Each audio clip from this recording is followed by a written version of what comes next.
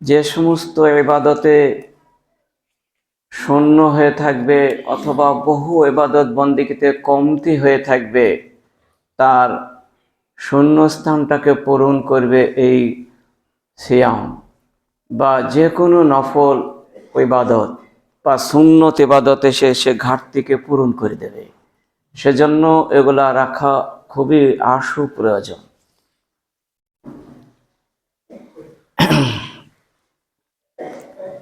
সিয়ামটাই হচ্ছে একটা মহা ইবাদত।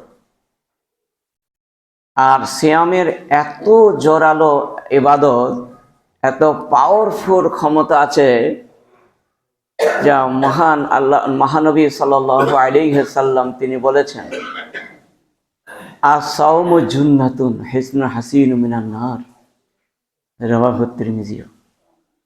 যে সাওম হলো, রোজা হলো ঢাল স্বরূপ, বা হিসনুন হাসিনুন মিনান নার, আর জাহান্নামের থেকে নিরাপদে রাখার একটা বিশেষ ইবাদত হচ্ছে সিয়াম বা রোজা।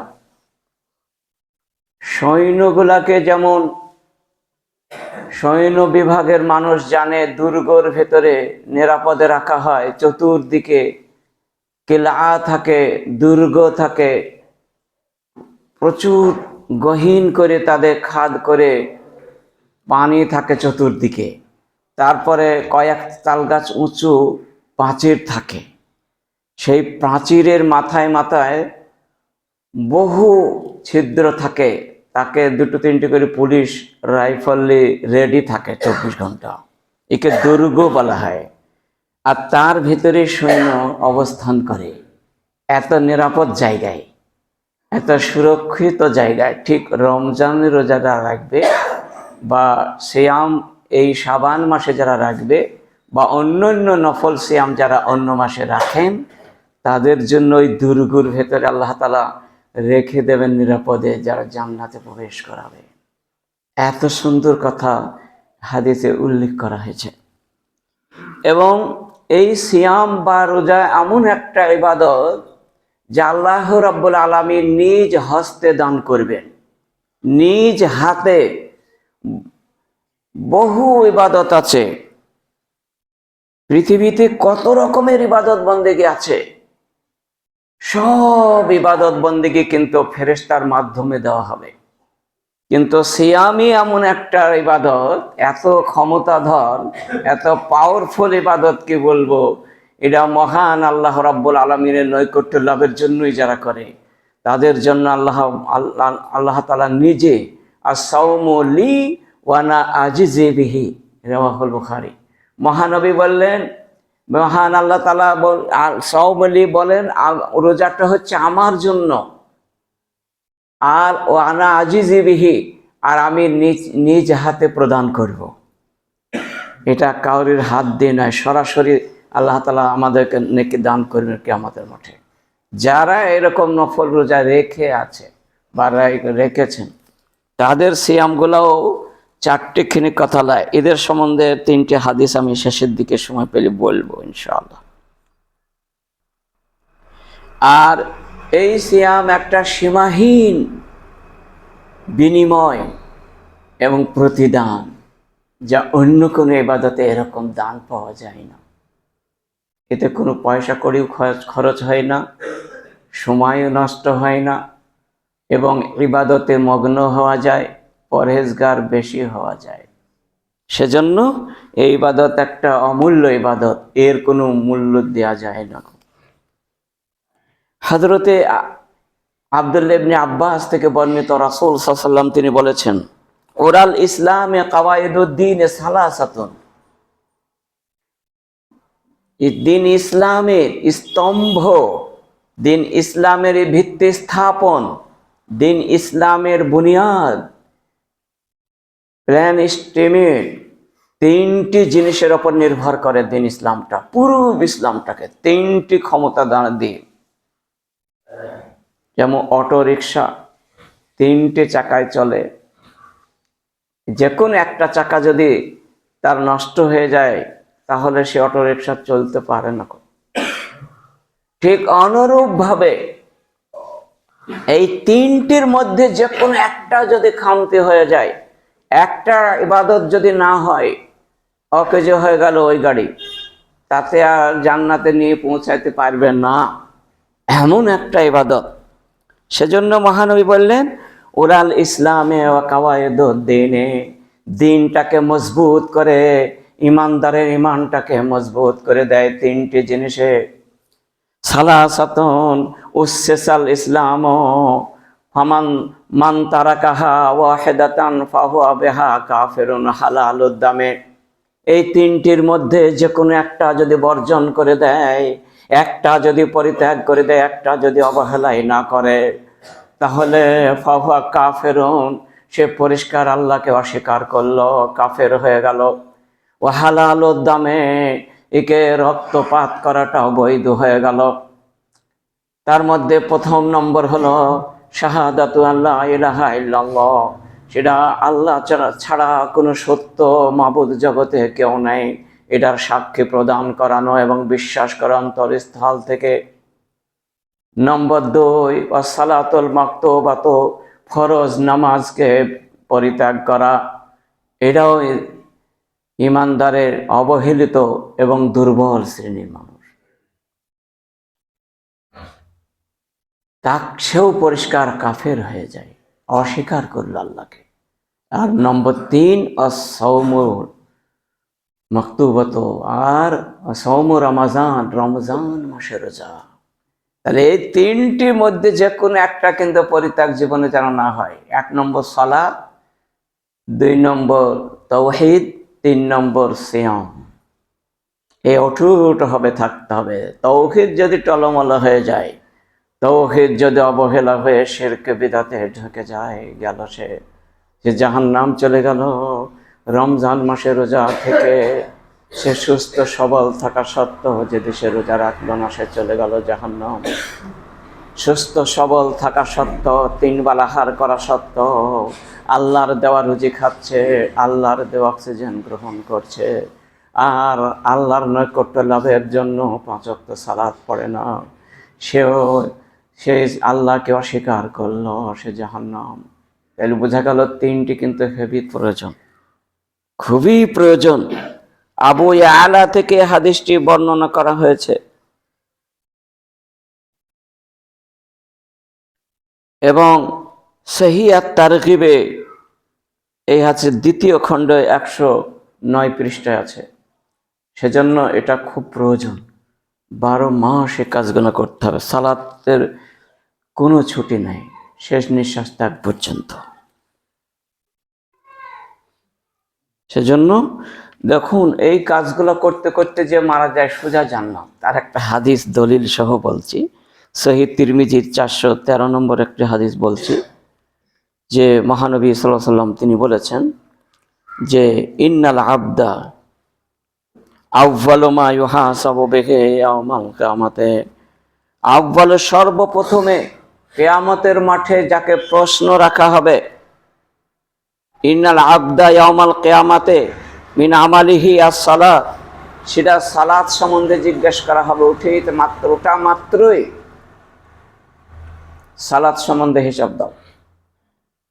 তোমাকে যে সাবালক আর সাবালিকা হওয়ার পর থেকে নিয়ে শেষ নিঃশ্বাস ত্যাগ পর্যন্ত তুমি সালাত কিভাবে আদায় করেছ, তার পুঙ্খানুপুঙ্খভাবে, তার শাখা প্রশাখা হিসাবে, নফল সালাত, সুন্নত সালাত, ফরজ সালাত কতদিন কিভাবে পড়েছ, অন টাইমে না টাইমে, তার হিসাব প্রথমে জবাব চাওয়া হবে।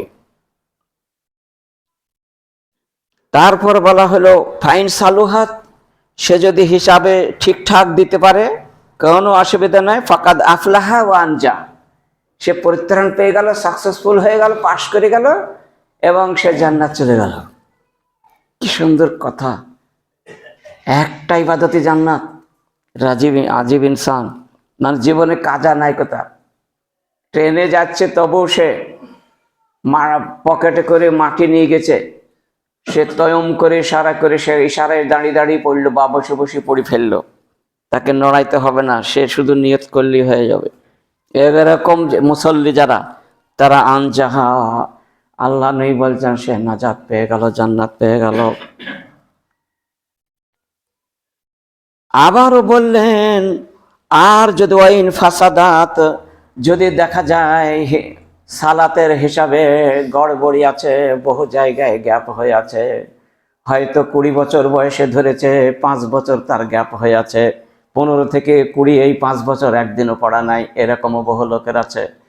দেখা যায় 35 বছর ধরেছে ভাইরা আমার, এইরকম বহুজনার হয়ে আছে, 20 বছর তার গ্যাপ হয়ে আছে।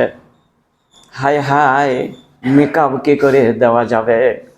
আর 50 বছর বয়সে তুমি সালাত ধরলে, আর 60 বছরে মৃত্যু, 10 বছর নামাজ পড়ে কি করে জান্নাত যাবে? আরো যে তোমার 30 বছরকার নামাজ কোথায় গেল?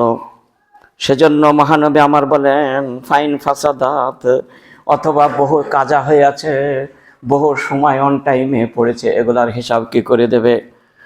ওয়াখা বা ওয়াখাসেরা, এই গুনার হিসাব দিতে দিতে মান্নু কেশাল হিসাব ও জেবাহা, যে হিসাব দীর্ঘ যাদের হয়ে যাবে, কেন এখানে পড়নি, কেন ওই জায়গায় কি তোমার ছিল, মাঠে কাজ করতে গিয়ে জমা হারিয়েছ কেন? এটা তো ফরজ করা হয়েছিল, ওরা তো তোমাকে বলা হয় নাই তোমার রুজি তো আমি দেব, তুমি যতই পরিশ্রম করো রুজি তোমার হবে না আমি না দিলে। তাহলে রুজি কি দেওয়ার রাজেক হিসাবে আমাকে বিশ্বাস করতে না? আমি কি বড় রুজিদাতা নয়? আল্লাহু খায়রুর রাজিকিন, ইন্নাল্লাহা হুয়ার রাজ্জাকু যুল কুওয়াতিল মাতিন। আমি তো মজবুত রুজিদাতা, আমার চেয়ে বড় রুজিদাতা পৃথিবীতে কেউ নেই। আনজালতুমুহু মিনাল মুজনি আম নাহনুল মুনজিলুন। আমি চাষ করতাম বান্দা, তুমি চাষ করো না আমি চাষ করি, আমি চাষ করি, তোমাদের সোনার ফসল আমাকে ফলাতে হয়। অতএব তুমি টাইমে নামাজ পড়নি বলো তো? কি হবে? তুমি মাটি থাকলে কাজে, সেখানে কেন তুমি সালাত পড়লে না কেন বলো? সেখানে আমার ফরজ নামাজ কেন পড়নি? এই হিসাব দিতে মান্নু কেশাল হিসাব যদি দীর্ঘ হয়ে যায়, উজ্জেবা জাহান্নাম চলে গেল, তাকে আর নিরাপদ হয় যে এই সালাতে তাকে আর জান্নাতে টিকাইতে পারল না। সহিহ বুখারীর রায়। তারপর বলা ফাইনিন তাকাসা মিন ফারিজাতিহি, নবী আমার বললেন, বহু জায়গায় ফরজ নামাজে কমতি যখন ঘাটতি আছে, বহু জায়গায় দেখা যাচ্ছে এখনো পর্যন্ত 60 বছর বয়স তবু কাজা করে, এখনো পর্যন্ত 65 বছর বয়স হয়ে গেছে, এখনো পর্যন্ত বাজারে গেলে কাজা করে চলে আসে, এরকম মানুষগুলা সুম্মা, তারপরে ইয়াকুনু সায়রু আমালিহি, নবী আমার বললেন এরকম প্রত্যেকটা আমলের হিসাব এইভাবে নেওয়া হবে। কিরকম? দেখা যাচ্ছে ঘাটতি পূরণ হচ্ছে না, বহু শূন্যস্থান হয়ে আছে, একে জাহান্নামে যেতে হবে। তো দয়াবান রহমানুর রহিম তিনি বলবেন ফেরেশতাকে, এই মালাইকা, এই ফেরেশতা মণ্ডলী, তোমরা এই বান্দার আমল নামে খুঁজো তো, নফল নামাজ কতটা পড়েছে দেখো তো, সুন্নত গুলা কতটা পড়েছে দেখো তো, সুন্দর করে সেই নামাজগুলো একত্রিত করে একটা লাগাও। লাগিয়েও যখন দেখা গেল জান্নাতে যাওয়ার মতো এখনো হয় নাই, এর কম আছে, নফল নামাজ কম পড়েও, তাহাজ্জুদ পড়েনি, ইশরাক পড়েনি, সূর্যের ঢলার নামাজ পড়েনি, তারপর আরো যে বাকি সুন্নত নফল আছে সেগুলোও কামতে হলো না।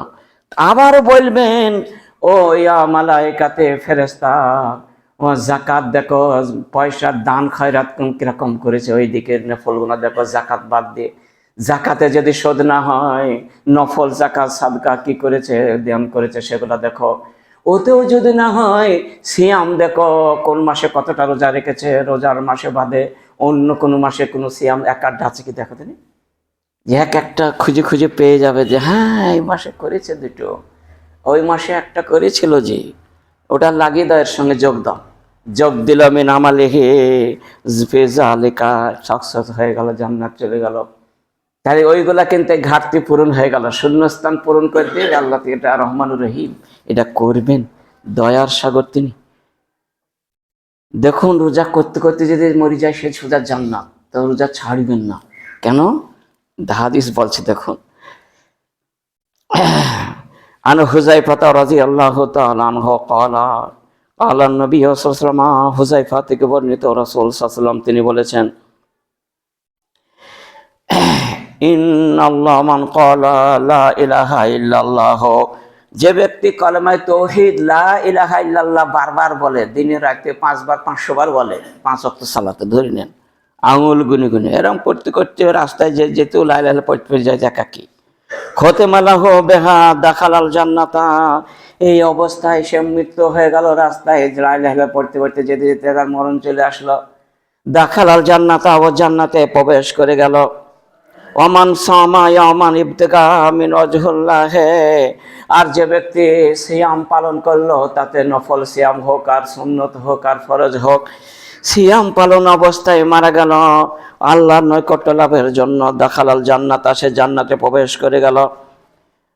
ওয়ামান তাসাদ্দাকা বিসাদকাতিন খতেমা লাহু বিহা দাখালাল জান্নাতা, মহানবী বললেন দান করতে করতে, দান খয়রাতের আশায় করতে করতে সে মারা গেল, সে ব্যক্তিও জান্নাতে প্রবেশ করে গেল। মুসনাদে আহমদের 23,372 নম্বর হাদিস এবং সিলসিলাতে সহিহাও রয়েছে। তাহলে বোঝা গেল ভালো কর্ম করতে করতে যদি সে মারা যায় বেশক জান্নাতে, এটা আমরা পেয়ে যাচ্ছি হাদিসটাই। আর সিয়াম একটা বড় ইবাদত, আগেই বলেছি, এতে কোনো শুধু শরীরে জাকাতি না, শুধু শরীরকে একটু কষ্ট দিলে, বা কষ্ট তো নয়, আল্লাহর নৈকট্য লাভের জন্য এটা করলে এই মহান ইবাদত, এই ইবাদতের কোনো জুড়ি নাই। দেখো, আর দোয়া কবুল হওয়ারও এই মাসে যে শাওয়াল মাস, শাবান মাস চলছে, এই মাসে দোয়া আল্লাহ তাআলা প্রচন্ড আরো বেশি বেশি করে কবুল করেন, অন্যান্য মাসের না। এই মাসেও কেন? এই মাসের রিপোর্ট পেশ হয়, বাৎসরিক রিপোর্ট পেশ হয় এই মাসে। 12 মাসে কি হলো সেই রিপোর্ট এই মাসে পেশ হয়। ওই জন্য মহানবী রোজা রেখেছিলেন 25 দিন, 26 দিন, 22 দিন, 23 দিন, এরকম ভাবে এই মাসে রোজা থাকতেন মহানবী আমার। সেজন্য রিপোর্টটাকে ধরবার জন্য, রেকর্ডটাকে আমল নামায় জমা করার জন্য, তো এই রিপোর্টের জন্য। আর দোয়া, দোয়া করলে প্রচন্ড কবুল হয়। একটা মানুষ মারা গেল, সে তার কবরে কি পৌঁছায়? 3টে জিনিস যায়। একটা হচ্ছে দোয়া, একটা হচ্ছে তার দান খয়রাত, আর 3 নম্বর হচ্ছে ইস্তেগফার। ওয়ালাদাকা, ইস্তেগফার যদি তার ছেলে মেয়েরা করে, তার বিনিময়ে সে জান্নাতে দেখে যায় বা তার কবুল হয়ে যায়। একজন মহান ব্যক্তি মারা গেল, সে এমনিই ছিল, তারপরে হঠাৎ করে উঠে দেখছি আমার এতটা তো নেকি আমি করিনি, আমি তো জানি কর্তন করেছি, তা আমি জান্নাতে যাব কিনা তাই সন্দেহ, এমন কষ্টে আছি, তা আমার এতটা একগুচ্ছ নেকি কোথা থেকে এখনো সরবরাহ হয়ে আসলো। সে অবাক হয়ে যাচ্ছে, ফেরেশতাকে জিজ্ঞেস করছে জান্নাতে যাওয়ার পর যে আমি এতটা করিনি, কোথায় এত জায়গা আমাকে ভালো জায়গা নিয়ে আসলো কেন? বলে ইস্তেগফারে ওয়ালাদাকা, তোমার ছেলে মেয়ে ইস্তেগফারের দোয়া বেশি বেশি করে পড়েছে, তার জন্য এখানে পৌঁছানো হয়েছে। কেন সহিহ হাদিস। তাহলে বোঝা গেল ইস্তেগফার। সেজন্য এই মাসের দোয়াটাও হেভি কবুল হয়। দোয়া একাকী করবেন, ছাড়বেন না। আর রমজান মাসে তো হবেই হবে, সেটা তো কোনো ব্যাপারই নাই, 70 গুণ বেশি স্বভাব। সে মাসেও মাসটা একাকী দোয়া করবেন, নিরিবিলি জায়গায় যেটা ইচ্ছা আপনি করবেন। আগে নিজের দিকে করবেন, নিজের মাতা পিতার জন্য করবেন, তারপরে দিন জান্নাতের জন্য পরকালে, আর ইহকালের যদি কোনো কিছু থাকে সেটাও চাওয়া পাওয়া করবেন, সব পেয়ে যাবেন, এই মাসে কবুল হয়ে যায়। সেজন্য মহানবী করেছেন, আপনাকে আমাকে সবাইকে করতে হবে। দোয়া 9 জায়গায় কবুল হয়, দেখুন কয়েক জায়গায় কবুল হয়। তা প্রথম নম্বর সুলুসুল লাইলে, 1/3 রাত, যখন 1/3 রাত থাকে, মানে এখন মোটামুটি ধরেন 2:30টার পর থেকে নিয়ে আজান পর্যন্ত, এই সময় দোয়াটা যা করবেন কবুল হয়ে যায়। সেজন্য মহানবী বলেছেন, লা ইলাহা ইল্লাল্লাহু ওয়াহদাহু লা শারীকা লাহু, লাহুল মুলকু ওয়া লাহুল হামদু ইহয়ি ওয়া ইউমীতু ওয়া হুয়া আলা কুল্লি শাইইন কাদির, সুবহানাল্লাহি ওয়া আলহামদুলিল্লাহি লা ইলাহা ইল্লাল্লাহু আল্লাহু আকবার, লা হাওলা ওয়া লা কুওয়াতা ইল্লা বিল্লাহ রাব্বিগফিরলি। আরেকটা, লা ইলাহা ইল্লাল্লাহু ওয়াহদাহু লা শারীকা লাহু, লাহুল মুলকু ওয়া লাহুল হামদু ওয়া হুয়া আলা কুল্লি শাইইন কাদির, সুবহানাল্লাহি ওয়া আলহামদুলিল্লাহি ওয়া লা ইলাহা ইল্লাল্লাহু আল্লাহু আকবার, ওয়ালা হাওলা ওয়ালা কুওয়াতা ইল্লা বিল্লাহ রব্বিগফিরলি রব্বিগফিরলি। মুসলিম সহিহাইনের রায়, মানে বুখারী এবং মুসলিম, যে যা দোয়া করবে তারপরে তা কবুল হয়ে যাবে কারেন্টের মতো হবেই। এটা সহিহ বুখারীর রায়, মিথ্যা হবে না। তাহলে দেখুন কত বড় আল্লাহ তাআলা মহানবীকে দিয়ে বললেন যে সুখবর। তো এ সময় করবেন এটা দোয়া। দ্বিতীয় নম্বরে ফরজ সালাতের পরের দোয়া কবুল হয়। ফরজ সালাতের পরে দোয়া দরুদ সব শেষ হয়ে যাবে, নিরিবিলি একাকী করবে মাঝে মধ্যে। তারপর দুই আজানের মাঝখানে দোয়া কবুল হয়, মানে একটা ইকামত আর একটা আজান। এইটা ছোটটাকেও ছোট আজান বলা হয়েছে, ওটাকেও বলা হয়েছে। দুই আজানের মাঝখানে এই যে 15 মিনিট সময় আছে, এই সময় যা দোয়া করবেন কবুল হয়ে যাবে। যদি সালাত পড়েন তাও কবুল হয়ে যাবে, যা করবেন। নম্বর 4, সেটা হয়তো ইয়ামুল জুমাতে, শুক্রবারের দিন। এটার মতামত আছে, তার সব থেকে ভালো মত হচ্ছে আসরের নামাজ থেকে সূর্য ডোবার আগে পর্যন্ত যা দোয়া করবে কবুল হয়ে যাবে। নম্বর 5, সাজদাতে দোয়া কবুল হয়ে যায়, ওই জন্য সেজদায় অধিক দোয়া করতে হয়। আল্লাহুম্মা গফিরলি যামবি কুল্লাহু দিক্কাহু ওয়া জিল্লাহু ওয়া আফদালাহু আখিরাহু আলানিয়াতু ওয়া সিররাহু। এটা সেজদার দোয়া করতে হয়, তাহলে দোয়া কবুল হয়ে যাবে, সমস্ত দোয়া কবুল হয়ে যাবে। সুবহানাকাল্লাহুম্মা ওয়া রাব্বানা ওয়া বিহামদিকা আল্লাহুম্মা গফিরলি, এটা সেজদার দোয়া। এই সময় তো কবুল হয়। নম্বর 6, অসুস্থ সময়তে দোয়া কবুল হয়ে যায়। মানুষ যখন কঠিন ব্যাধিগ্রস্ত হয়ে যায়, অসুস্থই পড়ে যায়, বিছানাগত হয়ে যায়, সেই সময়তে যা দোয়া করবে আল্লাহ কবুল করে নেয়।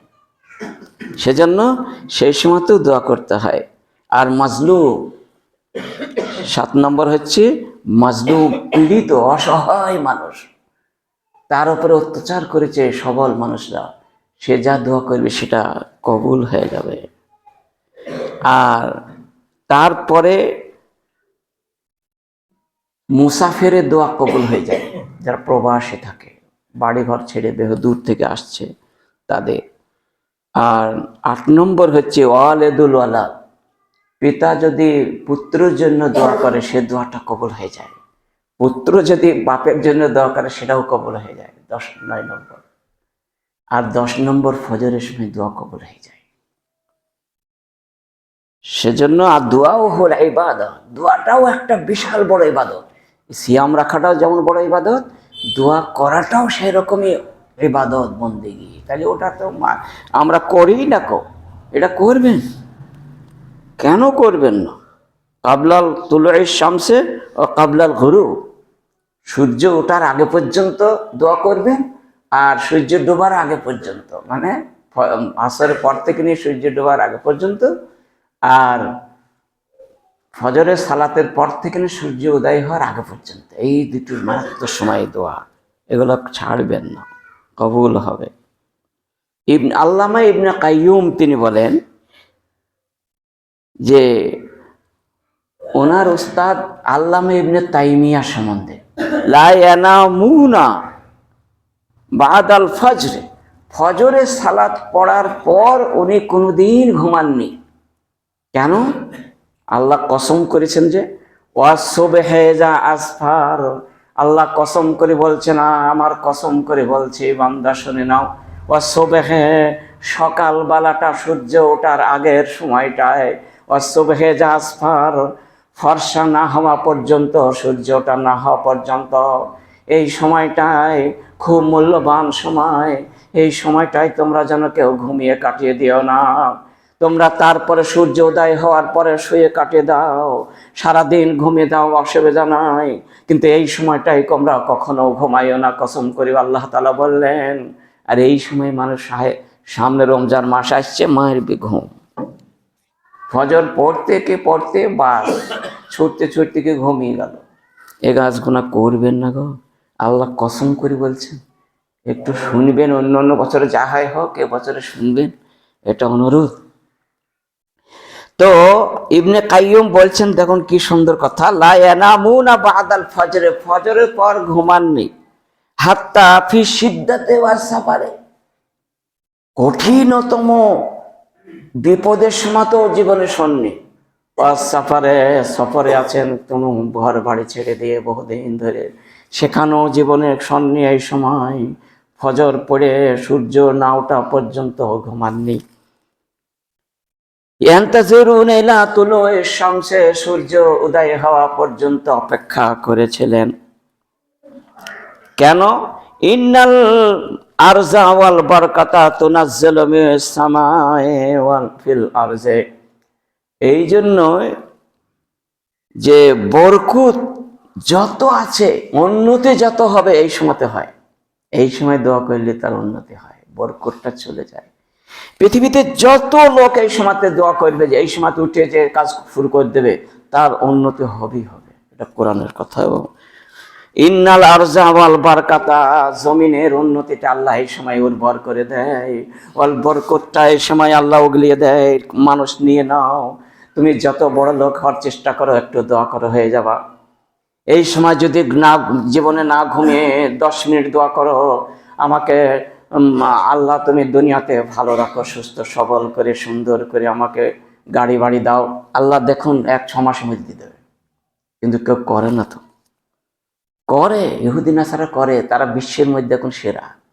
তারা ঘুমায় না, তারা জীবনে সকালবেলা ঘুমাবে না, ফজর পড়ে ঘুমাবে, কিন্তু ওই সময় তারা জানে তুনাজ্জালুস সামাউ এল আরজে, আসমান থেকে জমিনে আল্লাহর বরকতটা ওই সময় গড় গড় গড় গড় করে নামিয়ে দেয়। আর ওই সময় যদি ঘুমিয়ে থাকে তাদের ঘরে বরকত হয় না। কি সুন্দর কথা বললেন। তাহলে বোঝা গেল তো আল্লামা ইবনে কাইয়ুম একদিন উস্তাদ আল্লামা ইবনে তাইমিয়ার ঘরে গেছেন। গিয়ে উনি খুব বড় ধরনের বিজ্ঞ মানুষ, ওই রকম বিশেষজ্ঞ পণ্ডিত, এত বড় পণ্ডিত পৃথিবীতে হয়েছে মহানবীর পরে, সাহাবার পরে আমার জানা নাই। তিনি প্রতিদিন 480 পৃষ্ঠা করে বই লিখেছেন। তার জীবনে যতদিন বেঁচে ছিলেন 480 পৃষ্ঠা শুধু বই লিখে গেছেন এই 24 ঘন্টার মধ্যে। এত বড় পণ্ডিত তিনি জগতে, লেখনী জগতের জুড়ি ইতিহাসে পাওয়া যায় না। সেই তার জীবনের চরিত্র, তার ইবাদতের একটা সংজ্ঞা, তার ভালো একনিষ্ঠ ছাত্র আল্লামা ইবনে কাইয়িম, ইনিও বহু বই লিখেছেন, বহু বই লিখেছেন ইনি, শত শত বই। এও খুব বড়। ইনি ওর সম্বন্ধে একদিন দেখা করতে গিয়ে বলছেন যে 8টা-9টা পর্যন্ত উনি ফজর পড়ে তসবিহ তাহলিল কোরআন মাজিদ তেলাওয়াত এতেই মগ্ন হয়ে আছে। 9টা বেজে গেছে, আর উনি কি করবেন আমি বলতেও পারছেন না, যে চলুন বাড়ির দিকে, যেতে পারছেন না। তিনি বলছেন 8টা-9টা বেজে গেল, আপনি কি নাস্তা করবেন না সকালে? তো বলছি এটাই আমার নাস্তা গো, এটাই আমার নাস্তা। আল্লামা ইবনে তাইমিয়া বলছে এটাই আমার নাস্তা, এই নাস্তাটা শেষ হবে তারপর বাড়ি যাব। তাহলে 3-4 ঘন্টা তিনি তসবিহ করছিলেন। এত বড় একটা পণ্ডিত ব্যক্তি, বিশেষজ্ঞ কি বলবো, যা পৃথিবীতে বেরোন। তিনি কোরআনের হাফেজ ছিলেন এবং বিশেষজ্ঞ মুহাদ্দিস ছিলেন ইনি। হাফেজ যারা হয় তারা এই সময়তে না পড়লে তারা হিফজ করতে পারে না। যারা বড় আবেদ হয়, আল্লাহকে যারা বিনা হিসাবে জান্নাত যায়, তারা এই সময়তে ইবাদত না করলে চলে না কো। ভোর 2:30 পর থেকে তারা শয় না কো, জীবনে শয় না কো। ওই দিকটা তারা সারা জীবন তারা জেগে থাকছে। সেজন্য সামনে রমজান মাস আসছে, কোরআন মাজিদ তো মহিলারা পুরুষরা যারা জানে তারা বেশ পড়ে, 2-3 বার খতম করে দেয়। তাদের জন্য একটি কথা বলছি, যে খতম করার পরে যে একটা বড় দোয়া আছে, সাদাকাল্লাহুল আযীম নাহনু আলা যালিকা মিনাশ শাহিদিন বলে বাম দিকের পাতায় আছে, প্রতিটা কোরআনে জাল। এই যে একটা বিদাতি কাজ বাগদাদের মানুষরা করে রেখেছে, এখনো পর্যন্ত বহু কোরআনে আছে, এখনো পর্যন্ত মিসমার করা হয়নি, আর বহু কোরআনে ওগুলাকে তুলে দেওয়া হয়েছে। সেগুলা পড়বেন না, পড়লে সমস্ত গুনাহ পাপে জড়িয়ে যাবে। যতটা নেকি হয়তো তার থেকে বেশি পাপ হয়ে গেল। সেজন্য ওগুলাই হাত দেবেন না।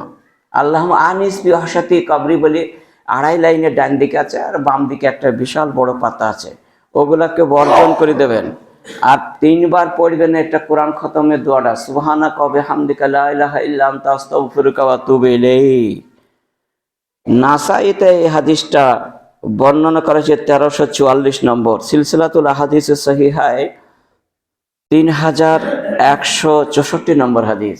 সুবহানাকা ওয়া বিহামদিকা লা ইলাহা ইল্লা আনতা আস্তাগফিরুকা ওয়া আতুবু ইলাইক। কোরআন শেষ হয়ে গেল, আপনি এটা 3 বার পড়বেন, পড়ে আবার সূরা আলিফ লাম মিম এক রুকু পড়ে শেষ করে দেবেন। এরকম ভাবে পড়বেন, খুব ভালো হবে, এটা যেন মনে থাকে। এইবার 3টে হাদিস, যারা নফল সিয়াম একাড্ডা করে তাদের কতটা সওয়াব হয়েছে। একটা করে যারা আল্লাহকে নৈকট্য লাভের জন্য, সন্তুষ্টর জন্য, লিওয়াজহিল্লাহ, তাদের 3খানা হাদিস ছোট ছোট করে বলি, শেষ করছে ইনশাআল্লাহ। সেটা কি? মান সামা ইয়াওমান ফি সাবিলিল্লাহ বা'দাল্লাহু ওয়াজহুহু আনিন নার। সহিহ বুখারীর 2840 নম্বর হাদিস।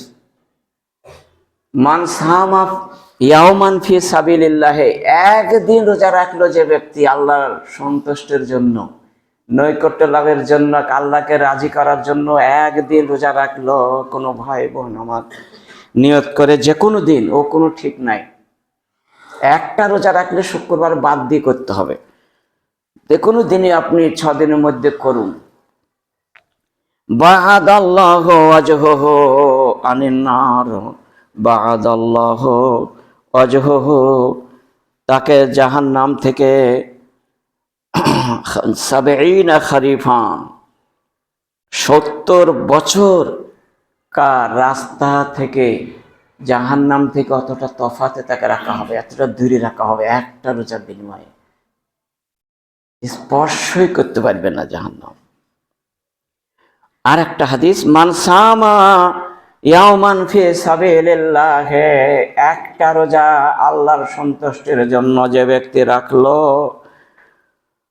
সামা, একটি রোজা তার জন্য, বা'দাল্লাহু মিনহু জাহান্নামা মাসিরাতা আমিন, মাসিরাতা মিয়াতি আমিন, তাকে 100 বছর পর্যন্ত জাহান্নাম থেকে দূরত্বে রাখা হবে। সিলসিলাতুল আহাদিস সহিহা 226 নম্বর হাদিস। 3 নম্বর আরেকটা হাদিস বলছে এই সম্বন্ধে, সেই হাদিস যে মান সামা ইয়াওমান ফি সাবিলিল্লাহ, যে ব্যক্তি একদিন আল্লাহর সন্তুষ্টির জন্য রোজা রাখলো, ইয়াওমান ফি সাবিলিল্লাহ জাআলাল্লাহু বাইনাহু ওয়া বাইনান নারে খান্দাকান, সেই বান্দার প্রতি আর জাহান্নামের মধ্যে একটি খান্দাকান, গর্ত খোঁড়া হবে। ওই গর্তটা গহীন কতটা হবে, লেশা কতটা হবে, কামা বাইনা সামাই ওয়াল আরজে, আসমান জমিন যতটা তফাৎ, এত বড় গর্ত একটা তার জন্য খোঁড়া হবে। ওই গর্তটায় 500 মাইল পর্যন্ত, 500 পর্যন্ত গজ পর্যন্ত চলে যাবে, এত বড় আসমান জমিন সমান যতটা, এতটা দূরত্ব জাহান্নাম থেকে একে রাখা হবে দূরে। ওই গর্তটায় যেতে 500 বছর লাগে, তাহলে এত দূর 500 বছর পর্যন্ত জাহান্নাম থেকে দূরে রাখা হবে। তাহলে 3খানা হাদিস জানা গেল, একটা 70 বছর, একটা 100 বছর, একটা 500 বছর। সহিহ তিরমিজিতে এবং সিলসিলাতুল আহাদিস সহিহায় এই হাদিসটা বর্ণনা করা হয়েছে, অর্থাৎ 2064 নম্বর হাদিস। আমরা এরকম ভাবে ইনশাআল্লাহুল আজিজ এবছরে আলহামদুলিল্লাহ, আমি একটু খবর নিয়েছি, আর বিভিন্ন মসজিদের খবর নেওয়া হয়, তাতে অন্য কোনো মসজিদে এরকম কথা আসে নাই, এবং তারা রোজা জানি না বহু জায়গায়। তো এখনকার যে আমাদের যে নামাজ পড়তে আসছি, বহু লোক এবছরে পুরুষ নারী রোজা রেখেছে আলহামদুলিল্লাহ। আল্লাহর কাছে দোয়া করছি, হে প্রতিপালক, তুমি সকলকে 500,000 মাইল দূরে থেকে জাহান্নাম আমাদের কাছ থেকে দূরে ফেলে দিও, এবং জান্নাতকে আমাদের নিকটবর্তী দিয়ে ঢোকাবার প্রচেষ্টা করো। আমিন।